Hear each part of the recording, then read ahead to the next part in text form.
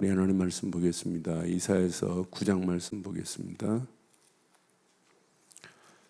이사야서 9장 우리 1절로 7절 말씀 교독합니다. 이사야서 9장 1절로 7절 교독합니다.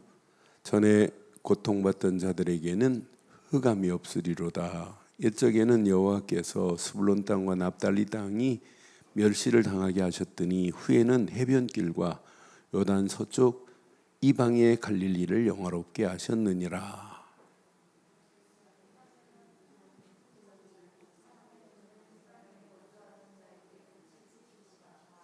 주께서 이 나라를 청성하게 하시며 그 즐거움을 더하게 하셨으므로 추수하는 즐거움과 탈취물을 나눌 때에 즐거움같이 그들이 주 앞에서 즐거워하오리니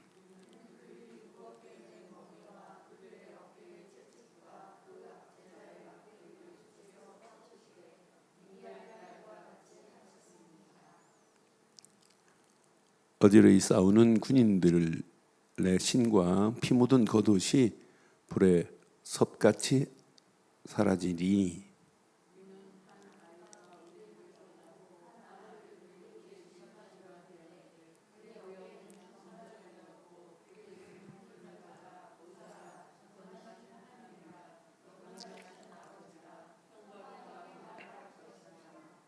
함께합니다. 그 정사와 평강이 더함이 무궁하며 또 다윗의 왕자와 그의 나라의 군림함이 그 나라를 굳게 세우고 지금 이후로 영원히 정의와 공의로 그것을 보존하실 것이라. 만군의 여호와의 열심히 이를 이루시리라. 아멘. 우리 신앙생활은 우리 힘으로 하는 게 아니에요. 하나님이 주시는 힘으로 하는 거예요. 그래서 오늘 7절에 보니까 분명히 만군의 여호와의 열심히 이를 이루시리라 그랬어요. 하나님의 손은 죽이기도 하시고 살리기도 하시는 능력이 하나님 손에 있어요. 하나님의 열심은 여기서 뭐가 들은 열심이라는 단어 안에 히브리 말이 질투라는 단어가 들어있어요. 하나님은 지금도 질투하신데 왜? 사단의 손에 뺏기고 사단의 손에 넘어가는 걸 보고 질투하시는 거예요. 그럼 하나님만 열심히 있는 게 아니에요. 우리가 잘 아는 여러분 다윗을 죽이려고 하는 사울도 얼마나 열심히 있나 몰라요. 여러분 엘리야를 죽이려고 하는 이사벨 누구한테 붙잡혀서 사단의 손에 붙잡힌 사람도 열심히 있어요. 여러분 예수님을 죽이려고 하는 바리새인들의 열심 대단합니다. 그들의 열심도 대단해요. 예수 믿는 자를 잡아 죽이려고 하는 사울의 열심 얼마나 대단해요.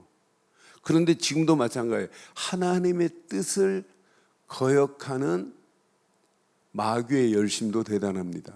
지금 온 땅을 청소년들 다 장악하고 가정 깨지도록 만들고 하나님 교회 갈수록 무너지게 만드는 마귀의 열심도 있어요. 마귀의 열심도 대단해요. 그런데 이게 대단하다 할지라도 이 언약 제대로 붙잡은 몇 사람만 있어도 역사가 일어나요. 하나님의 열심을 제대로 아는 사람. 여기 보면 우리 번역은 하나님 여호와의 열심이라고 했는데 영어로 보면 Lord Almighty 이렇게 돼 있거든요. 그럼 전능자의 사실은 그 열심이에요. 그러니까 하나님의 열심이라고 표현해도 여호와의 열심이라 이게 성경은 분명히 그랬는데, 그러니까 구약에 쓸 때 여호와라고 하는 단어를 쓸 때 특징이 있어요. 여호와는 스스로 존재하는 자다 의미 있고, 여호와라는 말은 너희를 창조한 자다라는 의미가 있고, 출애굽 이후에 여호와라는 단어를 썼거든요. 너희를 인도하여 내어 가나안 땅으로 인도하실 자시다 할 때 여호와라는 단어를 써요. 그럼 오늘 우리는 여호와라는 단어도 똑같고 하나님이라는 단어는 똑같지만 오늘 만군의 하나님의 열심, 그래서 하나님의 열심이라는 책을 쓰신 분이 있어요. 저 잠실에 이제 은퇴하셨는데 박영선 목사님이라고, 그분이 한 30년 전에 하나님의 열심이라는 책을 쓰셨어요. 하나님도 이렇게 열심을 다하여 우리를 구원하시려고 하신다. 그런데 오늘 본문에 보면 하나님 열심은 메시아를 보내서 너희들의 문제를 해결할 거라고 하는 내용이에요. 그럼 오늘 우리가 하나님의 열심에 대해서 조금 깊이 생각해 보면 좋을 것 같아요. 그래서 만군의 여호와의 열심. 오늘 이스라엘 백성들이 요거 하나만 딱 붙잡으면, 이거 하나만 바로 깨달으면 반드시 승리해요. 하나님은 항상 어디에 관심이 있냐면 언약 백성에 대한 하나님의 열심은 지금도 끊임없어요. 그래서 하나님은 언약 백성들에게 계속해서 누구를 보내요? 선지자들을 통해서 뭘 줘요? 계속해서 지금 메시지를 주고 있단 말이에요. 선지자를 통해서 계속 지금 말씀 주시고 있어요. 자, 한마디로 야, 언약 상실한 지금 이스라엘이여 들어라, 계속 선지자를 통해서 이렇게 말씀하고 있어요. 그럼 이스라엘 백성들이 이 언약을 제대로 붙잡으면 아수르한테, 바벨론한테 안 넘어간다니까요. 이 언약을 놓치니까 무너지는 거지. 이 언약을 상실하니까 8장에 너희들이 지금도 이렇게 헤매고 있구나. 지금 언약 상실하니까 당연히 헤매요. 너희들이 헤매는 정도가 아니라 이 곤고함에 빠져 있구나. 곤고함에서 벗어나라. 8장이 계속 지금 말씀하는 거예요. 자, 너희들이 지금 곤고함 정도가 아니라 이렇게 굶주림에 허덕이고 있구나. 그런데 하나님은 반드시 너희들이 여기서 빠져나오지 않으면 반드시 저주가 너희들에게 임할 거라고 지금 말씀해요. 8장에 아주 정확하게 말해요. 너희들에게 이렇게 함정이 있구나. 너희들에게 이렇게 올무가 있고 너희들에게 이렇게 덫이 너희들 앞에 있다라고 말하는데도 못 알아들어요. 아예 함정, 올무, 덫이 너희를 덮치고 있다고 8장에 정확하게 지금 말하는데도 못 알아들어요. 당연히 이 안에서 환난 당하는 건 당연하고, 환난만이 아니에요. 고통당하는 거 당연해요. 환난과 고통과, 그것도 그냥 고통이 아니에요. 흑암의 고통이 이들을 덮고 있어요. 이 말씀 자세히 보면은요, 사실은 이사에서 전체가 66장으로 되어 있거든요. 이게 성경 전체 66장이에요. 근데 39장은 구약에 희한해요. 39장은 성경 전체예요. 마땅 39장까지는 구약에 대한 모든 메시지고 40장부터는 그분이 오실 것을 얘기해요. 그러니까 꼭 성경 이사에서 66장을 읽으면 성경 전체를 읽는 거나 마찬가지예요. 신약의 메시지가 쭉 이어져서 나오는 그래서 그냥 예언서가 아니에요. 이사에서는 대예언서예요. 어마어마한 예언이 쫙 깔려 있잖아요. 그러니까 분명히 이렇게 지금 말하고 있어요. 지금 사람들이 이렇게 빠져가고 있고 개인도 여기에 무너져 가고 있다니까요.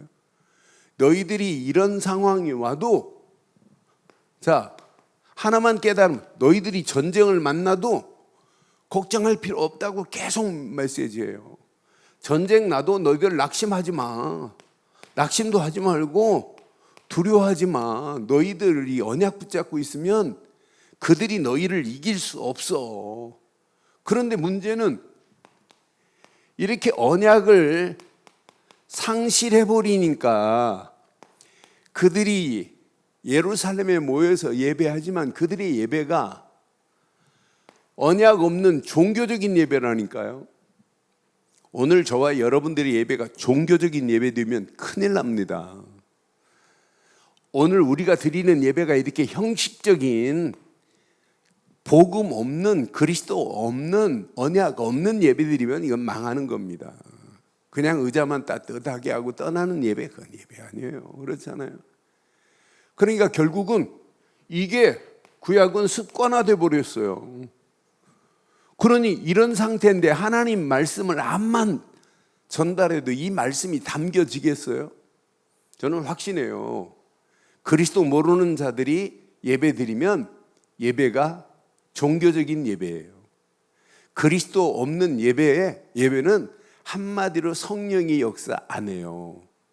여러분, 주는 그리스도시요 살아계신 하나님의 아들이십니다 라고 고백할 때 바요나 시몬아 네가 복이 있구나, 이를 알게 한 것은 누구라고 그랬어요?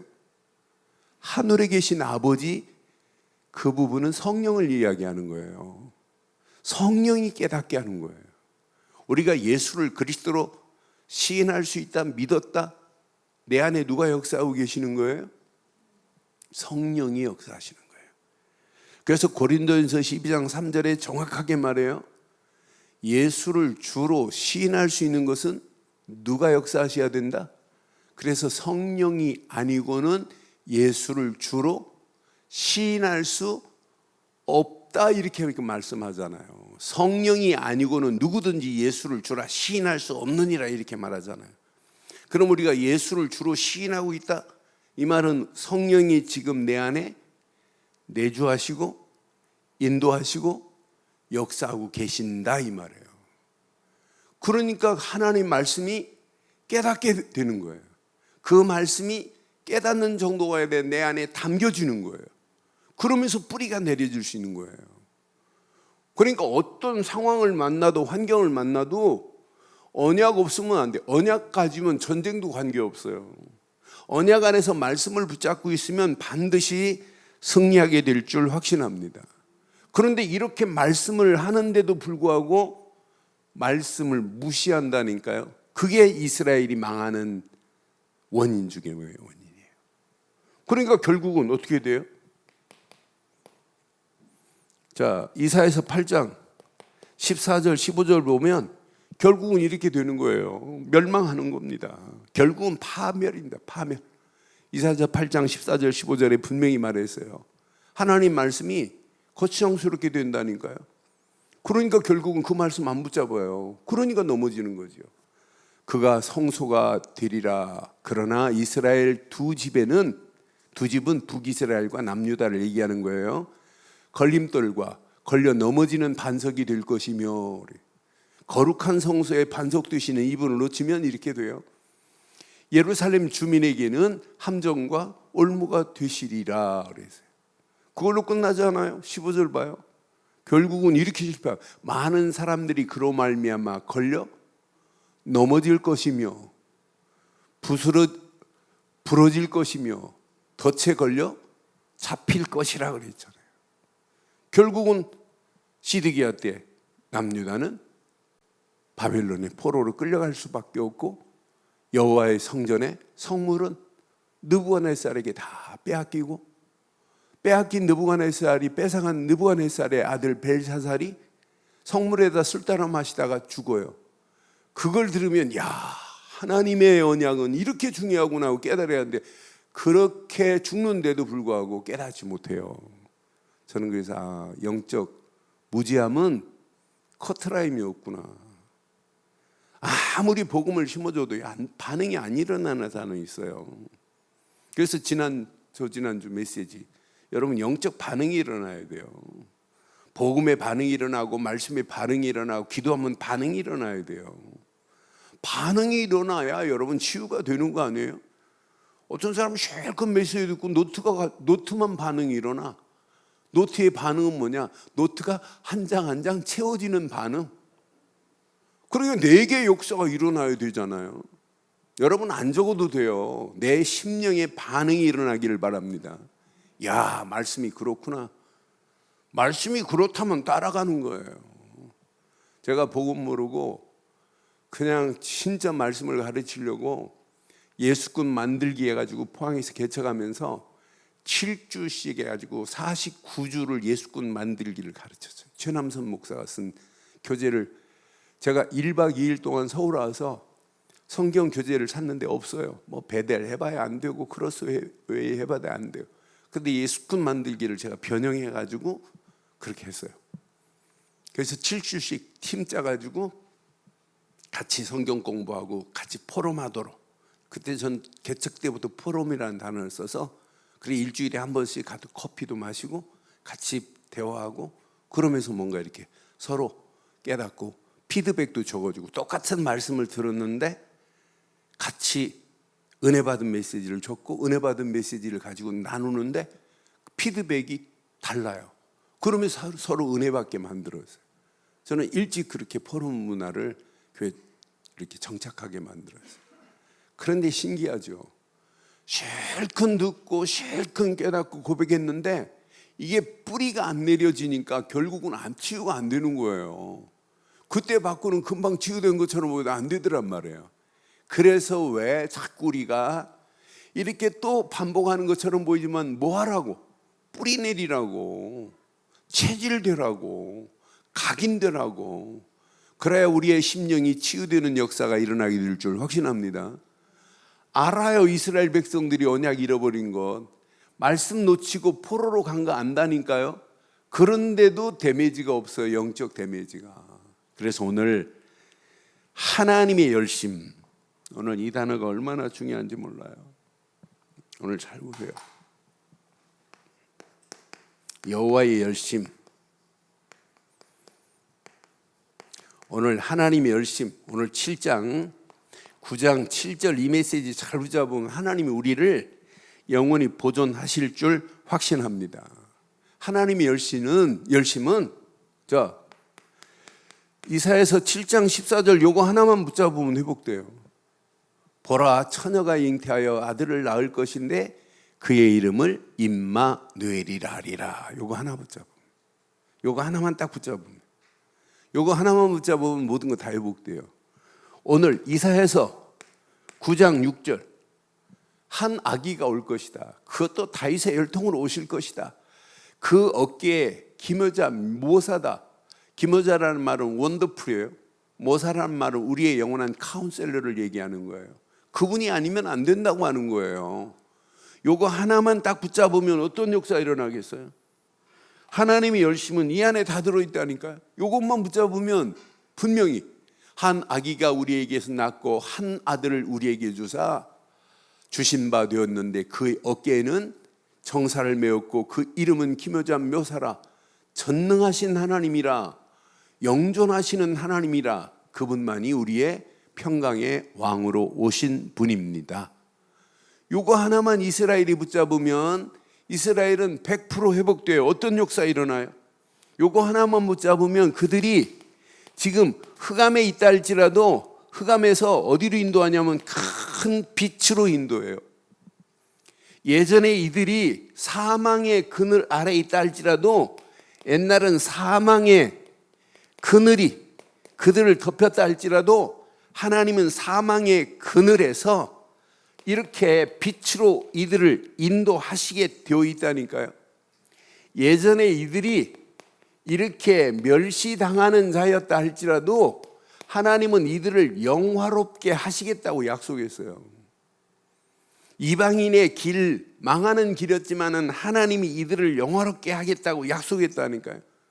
하나만 붙잡으면 하나님이 나라를 뭐 하게 했냐면 창성하게 하겠대요.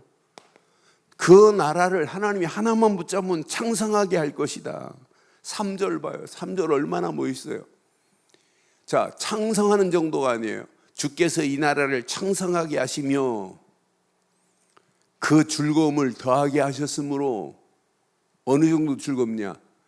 추수하는 즐거움. 여러분 추수하는 즐거움 느껴보셨어요? 네? 그 봄에 씨를 뿌리고 여름에 김매 주고 가을에 추수했을 때 그 추수꾼의 기쁨은 뭐 말할 나위가 없잖아요. 네? 추수하는 즐거움, 또 전쟁에서 승리하고 탈취물을 얻을 때의 기쁨이 얼마나 대단하겠어요. 탈취물을 나눌 때의 즐거움 같이 그들이 시작 주 앞에서 즐거워하오니, 이런 즐거움이 넘치기를 바랍니다. 추수하는 즐거움, 전쟁에서 승리하고 탈취물을 얻었을 때의 즐거움 같이 날마다 영적으로 이런 즐거움이 차고 넘치는 저와 여러분들이 오직 언약 안에서 있기를 바랍니다. 그러니까 하나님의 열심은 내가 너희를 메시아를 보낼 거야. 그래서 너희들의 모든 고통을 건져낼 거야. 너희들을 붙잡고 있는 모든 사단의 역사를 꼭꼭 건져낼 거야 라고 하는 것이 오늘 만군의 여호와의 열심입니다. 요거 하나 딱 붙잡으면 우리 인생은 끝나게 돼 있어요. 야, 내가 너희들을 미디안을 기억해봐라. 미디안의 날같이 그랬어요. 여러분, 미디안의 날같이 이 말은 적은 300명의 용사지만은 그 300명이 수십만 미디안 병사를 이긴 것처럼 너희들을 이기게 하겠다는 거예요. 그러니까 하나님은요, 10지파가 많지만 10지파 가지고 쓰는 게 아니에요. 2지파를 해야 할지라도 1지파라도 언약 제대로 붙잡은 그 사람을 통해서 역사해요. 아니, 많은 사람이 아니에요. 언약 붙잡은 몇몇 사람을 통해서 하나님은 반드시 역사하시고 인도하실 줄 확신합니다. 그러니까 이 언약 붙잡고 제대로 언약을 위해서 하나님의 열심을 깨달은 사람은 우리의 신앙생활의 열심은 바른 열심이 있어야 돼요. 어떤 사람은 하나님의 열심도 모르고 지 열심으로 막 하다가 지쳐 막 쓰러지고 그러잖아요. 내 열심으로 하지 마시고 하나님의 열심 안에서 바른 열심을 갖기를 바랍니다. 그러니까 복음 제대로 깨닫는 사람들이 바른 열심으로 하나님께 영광 돌린다니까요. 근데 복음도 모르고 열심을 냈다 큰일 납니다. 그게 망하는 지름길입니다. 그러니까 만군의 여호와의 열심을 바로 아는 사람은 당연히 우리의 신앙도 하나님의 열심을 향하여 내가 드리는 신앙생활이 될 수밖에 없어요. 적은 미디안 기드온 300명 용사가 아니에요. 사실은 쫄장부들이죠. 수만 명 안 돼 다 쫓아보내요. 10,000명 데리고 물가에 가서 물 먹는 거 봐라. 물을 먹는데 주변도 살피지 않고 막 먹는 9,700명 다 쫓아보내라. 그리고 주변을 살펴가면서 물 먹는 겉보들, 그 겉보들만 300명 모았어요. 무슨 특수훈련도 시키는 거 아니에요. 그냥 횃불 들고 항아리에다가 횃불 집어넣고 가라. 그것도 한꺼번에 300명 다 가라는 것도 아니에요. 하나님의 방법은 신기해요. 세 대로 나눠 가라. 가지고 항아리 깨트려라. 그리고 함성을 질러라. 그런데 잠자던 미디안 수십만의 군사들이 항아리 깨트리고 함성 지르고 횃불 들고 있으니까 지들끼리 막 싸워가지고 전쟁 승리하잖아요. 여러분, 오늘 하나님의 바른 열심을 찾기를 주의 이름으로 축원해요. 그거 하나만 찾으면 나머지는 그분이 하시겠다고 하는 오늘 최고의 메시지를 내 것으로 붙잡아야 된다니까요. 오늘 하나님의 열심은 평생 내 것 되기를 주의 이름으로 부탁합니다. 미디안의 그 적은 무리들이 이렇게 하실 것이라는 거예요. 그래서 내 심령에 날마다 평강에 왕 이분이 내 안에 주인으로 계시면 여러분 끝나요. 열심히 안 해도 돼요. 진짜 하나님의 열심을 바로 깨달으면 성령이 역사하셔서 내 열심은 한계가 있지만 하나님이 내게 주시는 성령의 열심은 무한한 능력으로 우리를 인도하실 줄 확신합니다. 오늘 이 말씀 내 것으로 쫙 붙여보세요. 그래서 하나님의 열심을 바로 아는 자, 이게 얼마나 중요한지 몰라요. 우리는 하나님의 열심을 바로 알지도 못하고 우리는 막 열심히 내가 신앙생활 잘하는 것처럼 내 열심 가지고 하는 사람 얼마나 많아요. 내 열심으로 하다가 시험 들고 넘어지는 사람 얼마나 많아요. 내 열심으로 하지 마시고 하나님의 열심을 바로 알고 하나님께 영광 돌리기를 바랍니다. 하나님의 열심은 구약에는 메시아 왕국을 이루겠다는 거예요. 개인에게. 하나님의 열심은 메시아 왕국을 성전에 이루겠다는 거예요. 하나님의 열심은 메시아 왕국을 이스라엘 공동체에게 이루겠다는 거예요. 그러니까 이 열심을 제대로 알면 왜 포로로 가고 왜 노예로 가요? 이 열심을 이방에 전하지 아니하니까 노예로 집어넣고 포로로 집어넣고 속국으로 집어넣어가지고 여호와의 이름을 알리는 거예요. 그러니까 왜 전쟁 만나요? 이걸 말 안 하니까. 여러분 하나님 편에 보면 우리가 이거 말 안 하니까 이 시대가 이렇게 가요. 그럼 우리는 예수님이 언제 오실지 모르지만은 복음 제대로 깨닫고 나면 모든 것은 여기에 힘을 다해야 돼요. 지금 세상 보세요. 우리가 일고 있는 세상은 마귀의 왕국이 됐어요. 사단의 왕국이 이미 돼버렸다니까요. 지금 봐봐요. 개인 지금 영적 무지한 가운데 다 끌려가는데 여러분 우리가 지금 보고 있잖아요. 가정이 왜 무너져요? 지금 마귀의 나라가 이미 그들 속에 여러분 알지도 못하는 여러분 청소년들의 문제 여러분들은 상상을 초월하는 것들이 한두 가지가 아니에요. 지금 이미 마귀의 나라가 그들 속에 임해버렸다니까요. 심지어는 앞으로 무너질 것이 심각하게 앞으로 교회가 비참해집니다. 교회가 이 비밀을 정확하게 말 안 하면 앞으로 심각해진다니까요. 더 자세히 보면 창세기 3장 이 사실을 몰라요. 창세기 3장은 철저하게 개인 중심입니다. 하나님 중심이어야 되는데 이것만 지금 몰라요. 창세기 6장 먹고 마시는 물질 중심이에요. 이게 망하는 길이에요. 그러니까 창세기 6장에 네피림 시대가 임해버리니까 하나님의 답을 줬어요. 창세기 6장 14절 방주 안에 들어가라. 못 알아들어요. 방주만 피해 다녀요. 그러니까 무너지는 거예요. 창세기 11장 이게 함정 중에 함정이라니까요. 바벨탑을 쌓자. 하나님 없어도 파라다이스를 이룰 수 있다. 이게 뉴에이지 문화입니다.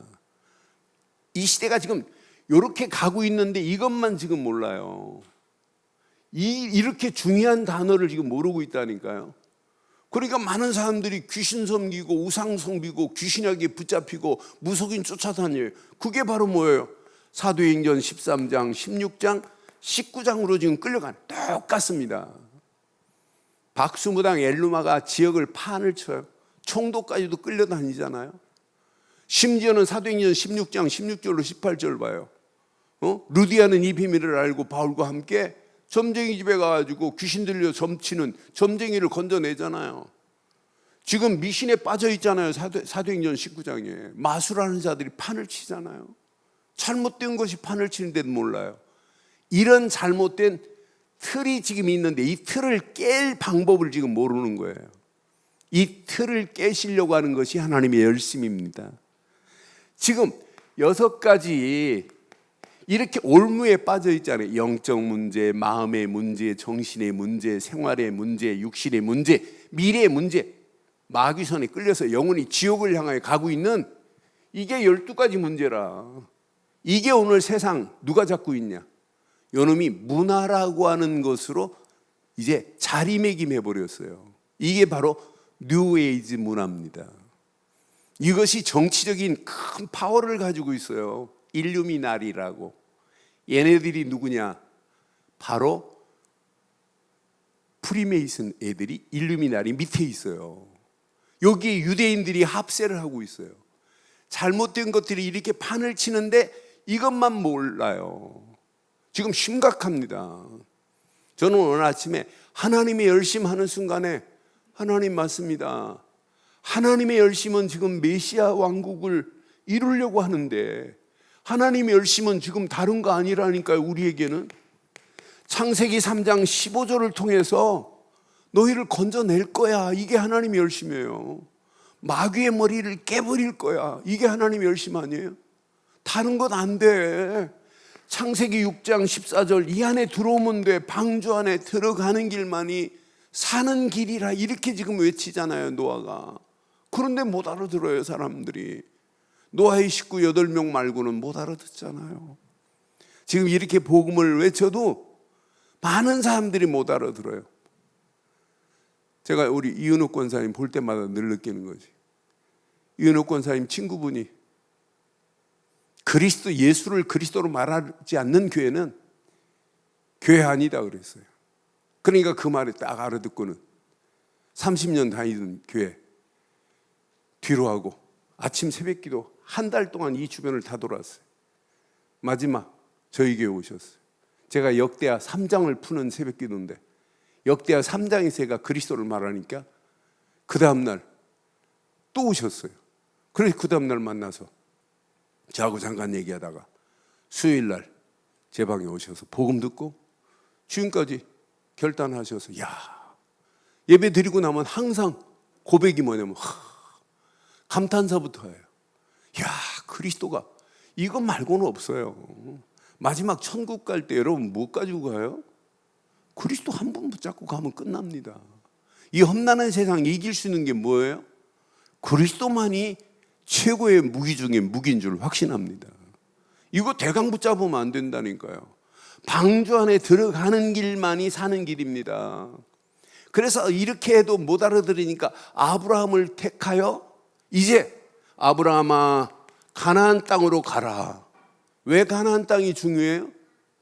여기서 메시아가 오실 땅이기 때문에, 앞으로 가나안 땅에 그리스도가 오실 땅이기 때문에 이건 놓치니까 포로로 가는 거고 노예로 가는 거예요. 가나안 땅에 오실 주인공 놓치니까. 애굽에서 나올 때도 다른 메시지 안에 출애굽기 3장 18절 6월절 어린 양의 피만 발라라. 성막에서 예배할 때마다 피제사 드려라. 그런데 언약의 가치를 모르고 피제사만 드리니까, 형식적인 피제사만 드리니까 하나님이 여호수아서 1장 10절로 15절에 뭐라고 그래요? 내가 더 이상 너희들이 드린 살찐 소 기름 배부르다. 이제 그건 난 싫다. 내가 이제 너희들의 귀도 기울이지 않겠다고 하잖아요. 1장부터. 왜? 언약 없는 예배라니까요. 우리는 어떤 환경이 와도 종교적이고 형식적인 예배에서 완전히 벗어나기를 주의 이름으로 축원합니다. 그건 망하는 길입니다. 이분을 한마디로 합쳐서 줄인다면 요한복음 19장 30절 십자가에서 모든 문제를 끝내실 것이다 이 말이에요. 다 이루었다. 누가? 마태복음 16장 16절 그리스도께서 하나님 만나는 길을 내시고 죄와 저주에서 우리를 건져내시고, 죄와 저주에서 건져내신 정도가 마귀의 머리를 깨고 우리를 살려내신 줄 확신합니다. 그분을 믿고 영접하는 순간 끝나요. 그분을 믿고 요한복음 1장 12절 영접하는 순간에 하나님의 자녀가 되는 권세를 주신 줄 확신합니다. 이때부터 우리의 신분이 바뀌어지는 거 아니에요? 마귀 자녀가 아닙니다. 예수를 그리스도를 믿고 영접한 것밖에 없는데, 그분이 내 안에 주인 된 것밖에 없는데 우리 인생은 끝나는 거예요. 그래 영접으로 끝나면 안 되고 그분이 나의 삶의 주인 되기를 바랍니다. 그럼 종은 주인의 말씀에 따라가야 돼요. 그래서 요한복음 2장처럼 하나님 말씀이 그렇다면 토달 필요도 없습니다. 말씀이 그렇다면 그런 것이다. 그 말씀만 따라가기를 바랍니다. 왜? 말씀이 나의 삶을 지배해버려야 돼요. 그러니까 혼인잔치 집에 지금 포도주가 떨어졌는데 이 집에 포도주가 떨어졌나이다 라고 마리아가 예수께 얘기하니까 나와 무슨 상관이 있나이까 그러시더니 마리아가 종들한테, 하인들한테 예수께서 시키는 대로 해라. 항아리 6개에 물을 갖다 부어라. 떠다 내어라. 마시는 자마다 뭐라고 그래요? 다른 사람은 처음에는 좋은 거 나오다가 마지막은 하찮은 거 나오는데 어떻게 이 집은 갈수록 좋은 포도주가 나오냐? 양조장이 다르잖아요.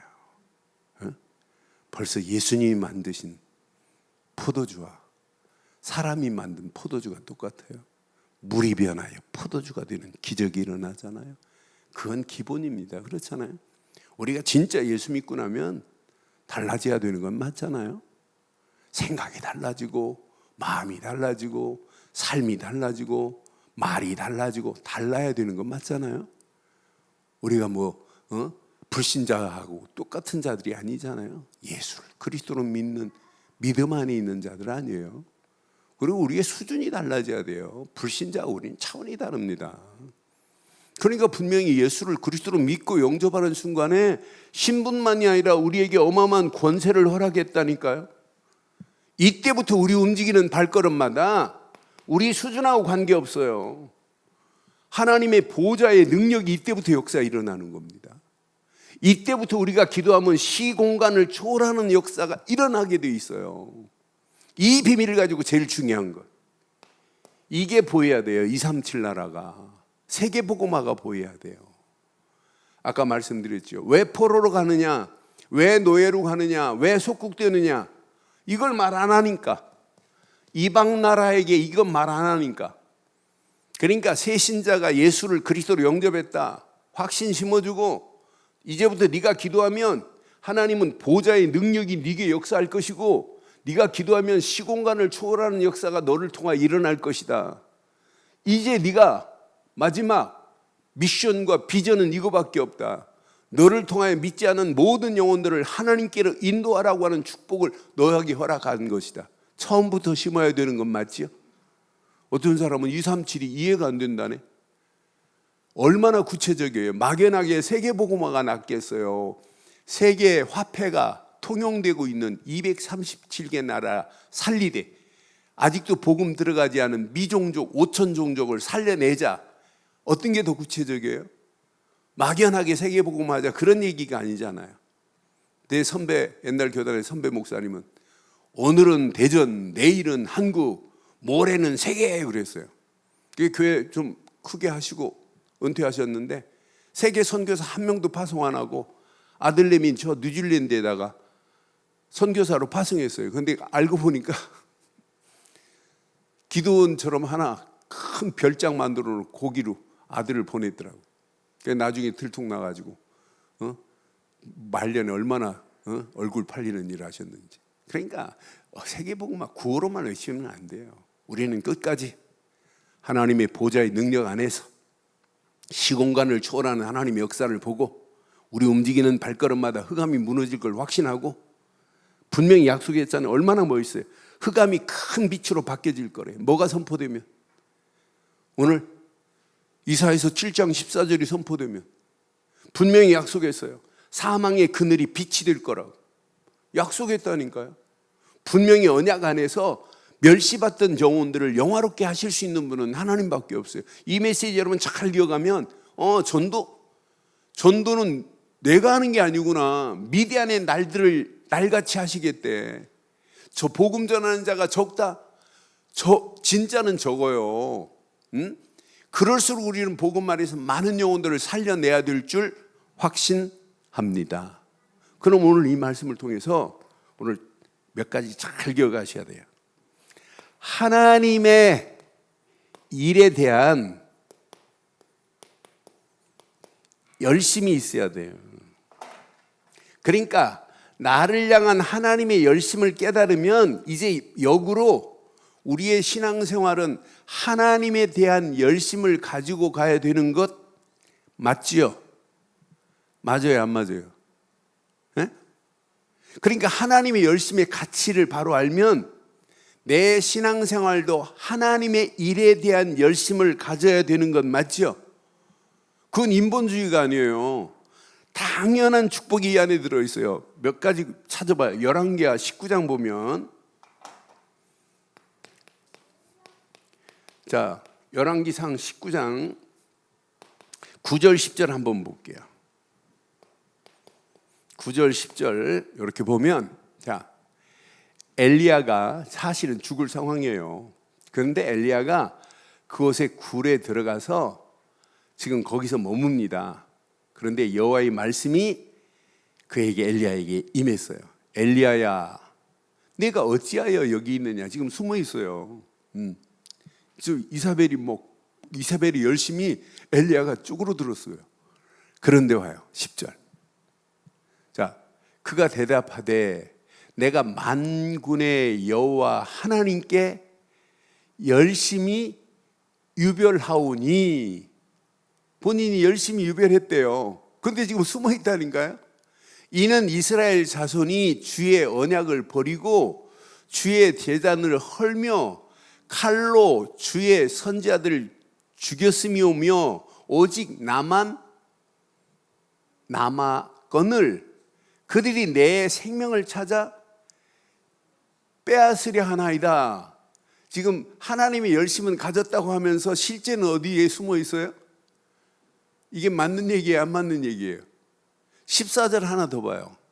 19장 14절 보면, 자, 그가 대답합니다. 또 내가 만군의 여호와께 열심히 유별하오니. 열심히 유별하다고 그래요. 근데 실상은 지금 숨어 있어요. 그런데 하나님은 이사야를 통해서 반드시 하실 계획을 가지고 계세요. 저는 열왕기하 19장 31절 보면서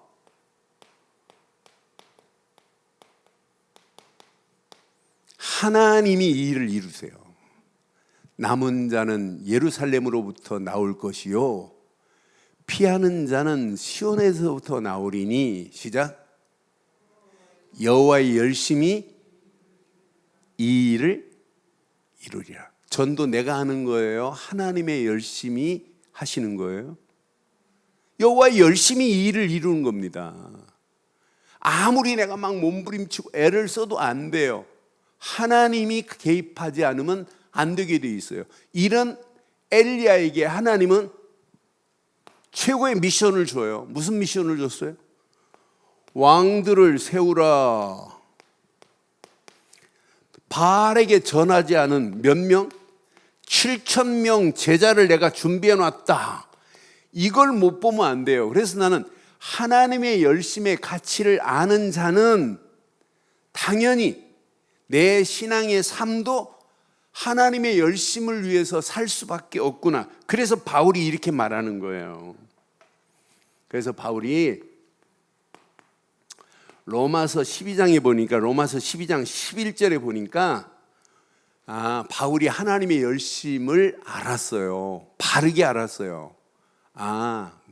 자기가 옛날에 사울 때 예수 믿는 자를 잡아 죽이는 사단의 열심에서 하나님의 열심으로 바꾸고 나니까 부지런히 게으르지 말고 열심을 품고, 시작, 이 가치를 아는 거예요. 그러니까 그리스도의 비밀을 알고 나니까 바울이 부지런히 게으르지 말고 열심을 품고 주를 섬기는 길만이 이게 다구나는 걸 알았어요. 여러분 성경 자세히 바울도 예전에 자기가 간증할 때 내가 열심을 품고, 사도행전에 보면 열심을 품고 내가 이렇게 율법에 붙잡혀서 했지만 그게 아니라는 헛수고였다는 것을 바울도 인식해요.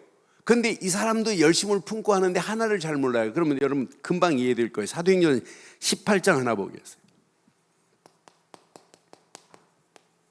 사도행전 18장 24절부터 확인할게요. 24절부터 28절 한번 확인할게요. 이런 열심 가지면 큰일 납니다.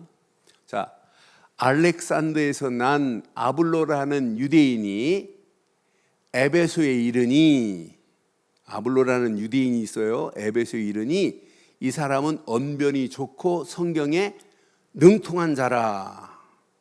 25절. 그가 일찍이 주의 도를 배워 열심으로 예수에 관한 것을 자세히 말하며 가르치나. 시작. 그럼 이 사람이 가지고 있는 게 바른 거예요? 틀린 거예요? 네?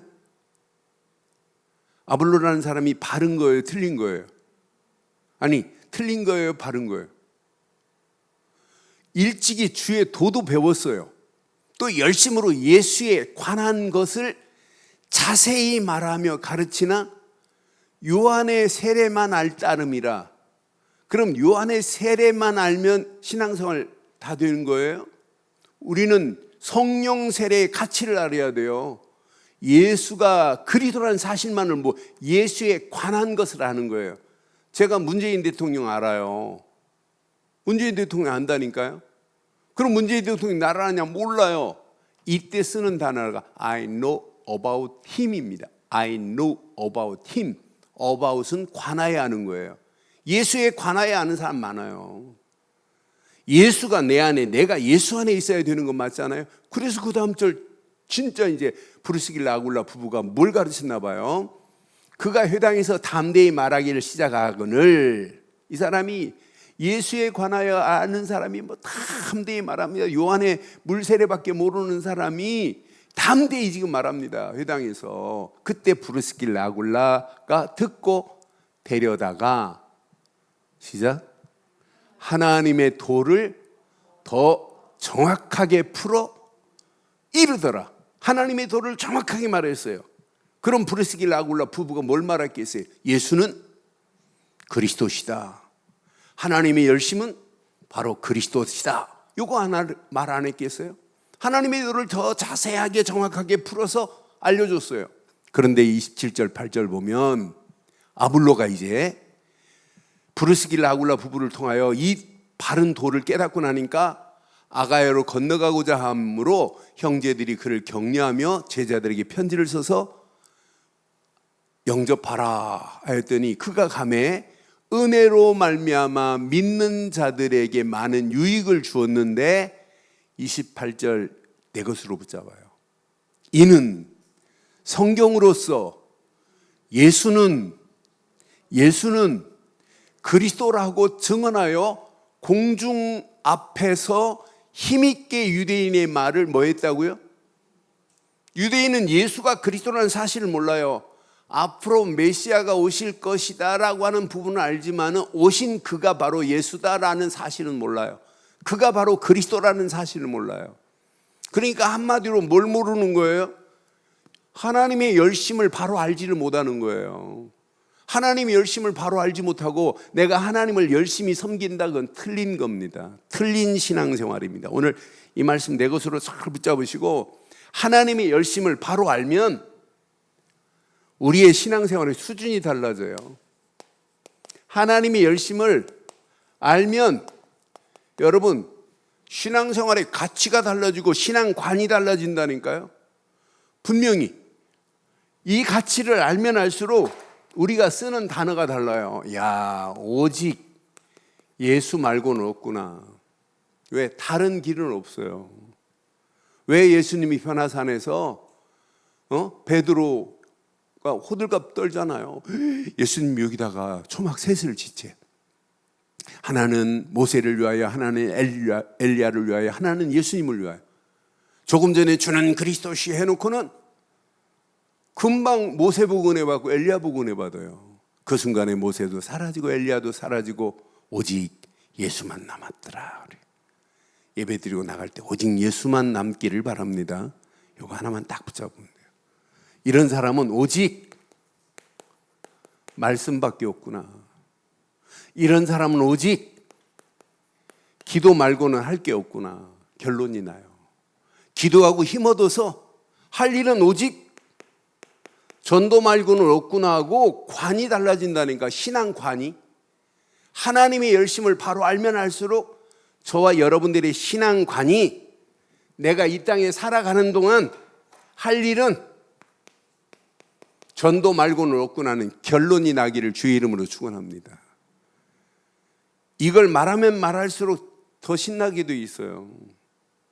그래서 우리가 창립 21주년을 맞이하면서 지금 5인 1조 기도팀이 아니라 5인 1조 전도 캠프팀을 지금 만들려고 그래요.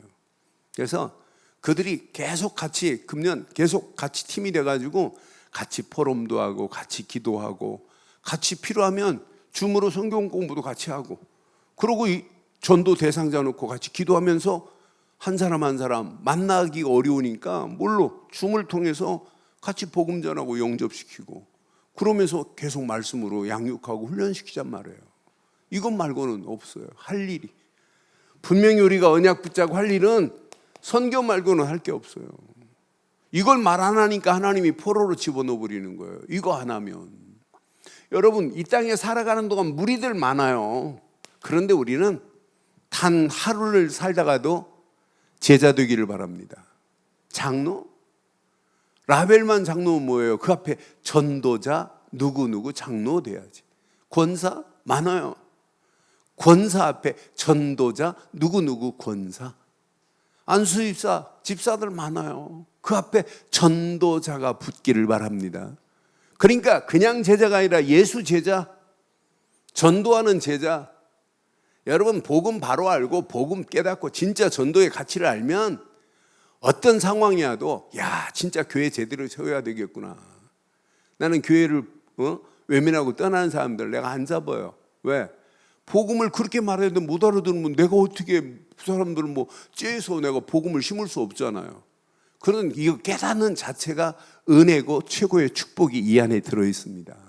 이 비밀을 아는 사람은 어떻게 하면 후대들에게 제대로 언약 전달할까? 그래서 우리 교회가 자꾸 렘넌트를 이렇게 심는 거예요. 렘넌트 기도 카드까지 나눠주면서 렘넌트를 위해서 기도하고 렘넌트에게 언약 심자, 렘넌트에게 복음 심어주자라고 하는 거예요. 오늘 이 메시지를 중심으로 결론을 이렇게 내리겠습니다. 하나님의 열심 안에서 평생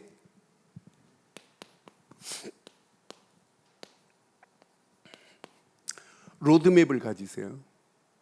평생 로드맵 하나 딱 붙잡으세요. 저는 누가 뭐래도 제일 중요한 로드맵. 개인이 로드맵이 없으면 비참해져요. 영적인 로드맵을 갖추고 가야 돼요.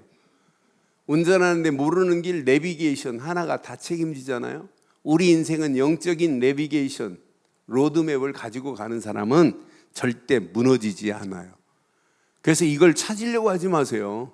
먼저 바르게 하는 것은 영적인 늘 누림이 있어야 돼요. 복음 안에서 이 말씀 가지고 누려보세요. 야, 하나님의 열심으로 나를 구원했구나. 전도하는 게 아니에요. 이 누림이 계속되면 뭐부터 되냐면 영적인 치유의 역사가 내 안에서부터 일어나야 정상이라니까요. 치유가 되어야 변화가 일어나고 변화가 되어야 점점점 센티피케이션, 성화가 되는 거예요. 치유가 안 되니까 그대로 있단 말이에요. 상태는. 영적 상태는 그대로 머물러 있어요. 어마어마한 메시지를 듣고도 내 삶이 치유가 안 되면 이것만큼 비참한 게 어디 있겠어요. 분명히 누림 안에서 치유의 맛을 봐야 어느 시간표가 되면 영적인 서밋의 자리에 당당하게 서는 거예요. 지금 계속 10주 이상을 주일 메시지에 영적 서밋이라는 마지막 단어를 넣고 지금 계속 메시지 하는 거예요. 왜? 그거 아니면 우리가 살아남을 수가 없게 돼 있어요. 그래서 개인이 로드맵을 가지고 나면 여러분들은 이 시대에 교회가 얼마나 중요해요. 여러분들이 진짜 성도가 맞으면 교회에 대한 정확하고 바른 누림이 있어야 돼요. 여러분, 교회는 복음 전하는 것 때문에 후대에게 이거 전달해야 되기 때문에 교회 중요한 건 이미 알고 있죠? 알지요? 말 안 해도 알죠? 그런데 진짜 교회는 옥합을 깨트릴 수 있는 자들이 있어야 돼요. 내 희생과 헌신은 반드시 연결되어 있어요. 내 자신이 옥합을 깨트리지 않고는 헌신한다고 말하면 안 돼요. 그렇잖아요. 그러니까 헌신과 옥합은 동일하다. 대부분 옥합은 안 깨트리고 헌신하기를 원한다. 그건 아니에요. 그래서 교회가 반드시 한국교회 시작이 아니라 전 세계가 한국교인들처럼 다른 나라 가봐도 이렇게 아름다운 희생과 헌신이 있는 나라가 없어요. 그런데 우리는 왜 이 옥합을 깨트리고 왜 헌신해야 되느냐? 이유 있어요. 하나님의 계획을 교회를 통하여 이루어지기 때문이지. 하나님이 허락하신 언약을 후대들에게 바로 전달할 수 있는 것은 교회밖에 없어요. 교회만이 하나님의 열심을 바로 전하고 그 열심을 가진 사람들이 열심을 내서 예수님 언제 오실지 모르지만은 그 재림할 때까지 이 언약을 계속 말아야 될 줄 확신합니다. 그러니까 이 언약은 멈추면 안 된다니까요. 예수님이 언제 오실지 몰라요. 100년 후에 오시면 오실 때까지 우리 늘 좋은 교회는 존재하고 이 언약을 계속 후대들에게 말해서 지금보다 더한 일꾼들이 세워져야 되는 건 맞지요? 그럼 지금의 희생은 미래 어마어마한 열매가 맺혀질 수밖에 없게 돼 있어요. 오늘 이 언약 내 것으로 붙잡고 반드시 이 축복이